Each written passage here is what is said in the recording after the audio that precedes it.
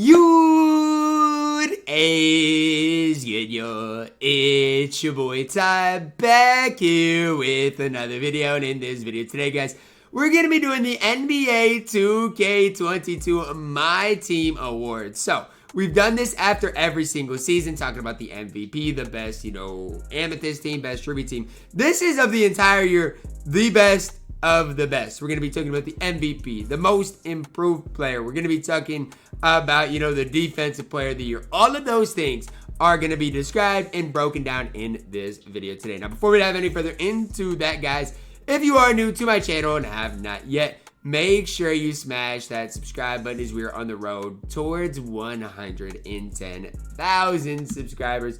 We're starting off with the cheesiest card in my team. Now, it's for their specific time because obviously at this stage, Dikembe isn't nearly as good as Luka, but for week one, he was. So for Yao Ming, guys, look, a level 40 reward, I think, season 4, pretty early on. He was the cheesiest center in the game. The only comparable guy was Pink Diamond Porzingis really for that time. And Yao Ming base cleared that Porzingis card. The dude was nearly impossible to stop, especially when he got to mashing. The Yao Ming type of Kazi Russell or Luka Doncic duo was simply put too much for that specific time. Dikembe Mutombo was a card that when people saw get Dikembe Mutombo tomorrow that can shoot, literally in week one, everybody was like, what is going on? Nobody really knew what was going on. Week one, Dikembe Mutombo will always be remembered in 2K history. Then obviously Luka Doncic. The power within Luka is the one I'm choosing because he was out for the 250K tournament, which was just absolutely insane. I really didn't know how to use him at the time, but I do now. And Luka Doncic will always go down as the cheesiest card in NBA 2K22 MyTEAM, especially on next gen. Longevity reward. Pink Diamond Gary Payton. Do me a favor, guys. Go back and look. Pink Diamond Gary Payton from if you got him day one that he was out, which most people didn't. But if you did, until when he was replaced. People are going to argue Diamond Penny. I don't think so. I think Pink Diamond Gary clears. And because of that, his longevity will forever remain supreme. Then obviously Luka Doncic from 250K basically until the Invincible Luka came out. He was the best Luka in the game. So, or best, card in the game. Not even best Luka in the game, best card in the game. And so, as long as, it's the best Luka Doncic, which it was for quite a few months, the longevity was definitely there. And then Pink Diamond D-Rob, a card a lot of people aren't going to talk about, but until really we saw Pink Diamond Hakeem, which was a while later, I don't think anybody cleared David Robinson. And a lot of people aren't going to be talking about the D-Rob because he only had 6 Hall of Famers as well as a couple other things. But the card could shoot, could play good defense, and was just all around very, very solid longevity-wise. But Luka Doncic, the winner of longevity. So you guys might be wondering, is Luka Doncic going to just win every award? No, because we got the Defensive Player of the Year. Galactic Tacko Fall up first. You guys might be like, why is he even here? Well, his player model is absolutely incredible. For his time, there weren't that many guys at 7'6" that could move like Tacko. And he was the best defensive player for his specific time. Pink Diamond Giannis is no different. I mean, people didn't use Giannis because they couldn't green consistently with him and he didn't make whites. But if you could green with this Giannis Antetokounmpo, you got him with, let's say, Hall of Fame corner specialist, catch and shoot. This card was magnificent, man, especially on the defensive end of the court. Nearly a must-have player. And then Pink Diamond Dwight. Now, I never use the card because I don't like using inside bigs. But if you like using inside bigs, it's hard to argue against Dwight Howard for his time as the most influential defensive player. I got to give it to Giannis, though. I found a way to keep this guy on the court because I could green enough shots with him. And defensively, he was absolutely immaculate. Best pre-250K card. Starting with Luka Doncic. Obviously, I mean, we don't need to spend a ton of time talking about it. Next up, Kawhi Leonard. A great 3-and-D option that, around the 250K time, we didn't have Kazi Russell, Cedric, I said Kazi Russell. We did have Kazi Russell. We didn't have Cedric. We didn't have Chris Mullin by the time everybody played in 250. And so that's why I'm leaning Kawhi Leonard there. And then Galaxy Opal D-Rob, right? We didn't have a lot of great centers. It was Yao, KP. But then D-Rob came out and changed that whole perspective. Everybody ran D-Rob as their starting center basically in the 250K tournament. But if you don't want to argue it's Luka Doncic, you're going to struggle because it is Luka Doncic by far and away the best pre-250K player in my team. Next up, the most overrated cards. We got 3 of them here. Reggie Lewis up first, then Dark Matter Zion Metamorphosis second, with Invincible Shaq up third. Now, when we talk about why each and every one of these cards is overrated, Reggie Lewis, he was the clutch time reward, and everybody was so excited for him just to be mediocre at best. I mean, you guys can argue Reggie Lewis was great, do what you want, he was mediocre. Zion Williamson had jump shot 3. I mean, he was supposed to be good. His movement wasn't good and his player model wasn't good. And so that's really what limited Zion. I'm not going to say the card was horrible, but he wasn't nearly as good as he could. And Invincible Shaq. All I'm really going to say is I preferred Bob Nedelecki to the Invincible Shaq. Does that not ruin how good an Invincible Shaq card could have been? Talk about overrated. Shaq has to be mentioned. It's got to be Reggie Lewis for me. And I know I'm going to get a lot of backlash, a lot of slander. I don't care. I got this card early on, and I did not love him. Most underrated card in NBA 2K22. We got 3. Level 40 reward KG. Season 1 player Vince Carter. And a guy I loved in 250K, Scottie Pippen. All 3 of these cards are cards I love. And they're one of the main reasons they're on this most underrated list. Nobody loved Vince Carter as much as I did. Nobody really played KG for as long as I did. And Scottie Pippen was so key for me in 250K when a lot of people didn't even run the card. I gotta give it to Scottie Pippen. Just go back and watch my 250K highlights. I mean, I ran my offense through Scottie Pippen when point guard Luka Doncic was on the court. Why? It's because I really didn't play next gen with Luka. I was focused on current gen. And I could trust Scottie Pippen.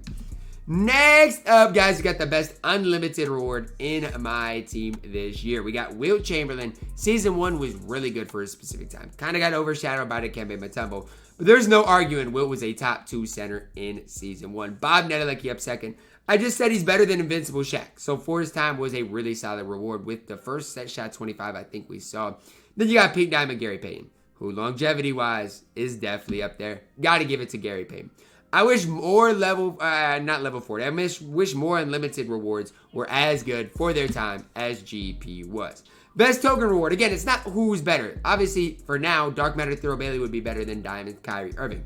But Diamond Kyrie Irving for a specific time, was he better than Thurl Bailey? That's what we're talking about. Pink Diamond Dale Ellis was literally chicken man. But if you think back to Season 1, before Isaiah Thomas, it was ran by Kyrie Irving. It was. There's no questioning it. People loved and cheesed with this Kyrie Irving more than anybody else, and I got fried more by Kyrie than anyone else. Rookie of the year, we got 3 rookies here. Chet Holmgren, Jabari Smith, Dyson Daniels. Could throw Keegan Murray in here. Could throw Boncaro in here. I think these 3 are going to be the 3 that people debate are the 3 best. Obviously, for Chet, 7 feet tall, cheese bowl with, I think, jump shot 111, 110 on very quick. Jabari Smith had the Ray Allen base. Just player model really wasn't as good as it should have been. And then Dyson Daniels. One of the top point guards still to this day on current gen. One of the only cards with XM base on very quick. Gotta give it to Dyson Daniels, man. Especially if you're on current gen. Card is an absolute hooper. Budget MVP up next. Tony Kukoc started off at the point guard position for an Amethyst with his length. Very solid. Nick Batum up next. The card DBG swears by his Nick Batum. Obviously, he was really, really good as well. I just don't love the Nick Batum release. But outside of that, it's hard to argue against him. Then Denny Avdia. I mean, here's the deal. Diamond Denny, for his time, for an extended stay, was the best budget player in the game. And still in my team limited is a card I go to quite often. Gotta go with Denny as far as our budget MVP. Mr. Inconsistent up next. You got K. Disney there at the first guy. Obviously, KD. Always and forever will be Mr. Inconsistent. There's no questioning it. He will always hold that crown. Invincible Shaq. Again, when the card came out, I probably said he was the best power forward in the game. Not a month later, I went back and said Bob Nedelecki is better than the card. Talk about inconsistent for me. I could not green with the card. And then Endgame Shaq. It's the same thing. It's kind of the same sword. I like Endgame Shaq. I don't have anything bad to say about him. But he is inconsistent. There's some days I green enough with him to say he's a top 3 power forward still to this day. Other days it's not. Gotta go with Shaquille O'Neal's endgame card. Most slept on card in NBA 2K22 my team. First up, Scottie Pippen. For reasons I've already mentioned, and one of the best players in 250 for me, and most people didn't even have the card. Then Bob Nedelecki. Everybody, when the card was released, didn't even hype him up as much as they should have. Bob Nedelecki should have been hyped up to the moon, but he really wasn't. people should have been hyping him up more than a guy like Reggie Lewis. And then Cazzie up next. I mean, talk about a guy that wasn't as hyped up as he should have been. It's Cazzie Russell. Defensively, could hold it down. Offensively, with jump shot 3 was absolutely incredible. I should have ran this card on current gen over a guy like Kobe. There's no questions asked. But I got to go with Bob Nedelecki. For as good as he was, nobody really talked about him as much as they should have. I kind of ruined the MVP there. Michael Jordan up first, guys. Obviously, for reasons on both current and next gen, one of the top 3 point guards in the game and the best point guard on current gen. Next gen, Luka Doncic. Nobody will ever compare to what he did on next gen. Current gen, I'm just not as high on him as, he's probably top 10, but I probably wouldn't go top 5. And then Tacko Fall. Undisputed, the best center in the game. No questions asked. I got to go with MJ as my MVP of this year, though. You guys don't have to agree with me, but I think through and through, it's got to be Michael Jordan. Next up, the all-Ruby team here. Marcus Smart, a card everybody loved for his specific time. Then Devin Vassell, Will Barton at the 3, Boya at the 4 with Big Sabonis at the 5 there. Started this with putting Sabonis at the 1, and then I was like, well, you're going to have to change some things around. But there is our all-Ruby team. All-NBA team, we got 2 point guards. Vinny at the 1, Tony at the 2, Trey Murphy, a card I used on my No Money Spent for some time, at the 3. Ben Simmons at the 4, which is weird to say, but Big Sim Boular at the 5. It's crazy that our all-Ruby and all-NBA teams aren't great. All-Diamond team, still not even a great squad. Denny at the 1 is solid. Mobley at the 2 is solid. I love Covington. He's got to be in the squad at the 3. Penny Hardaway at the 4 with Rick Smits at the 5. I mean, if you go back to past years, we've seen way better diamonds in our past. Like Cam Reddish, for example, 2K20. But it's fine. This diamond team got us by. Pink diamond team, again, not great. We're seeing a lot more Galaxy Opals as budget cards than ever before. You got DOR at the 1, Jay Crowder at the 2, Popeye Jones at the 3, Chicken Man Popeye, get your Popeye chicken for Chicken Man Jones at the 3, Jim Jones at the 4 with Big Roy Hibbert at the 5. All Opal team. This is where things get exciting. Nick Batum at the 1, Gerald Wallace at the 2, Poku at the 3, Serge Ibaka at the 4, with Big Manute Free Bull at the 5. An absolutely incredible all Opal team.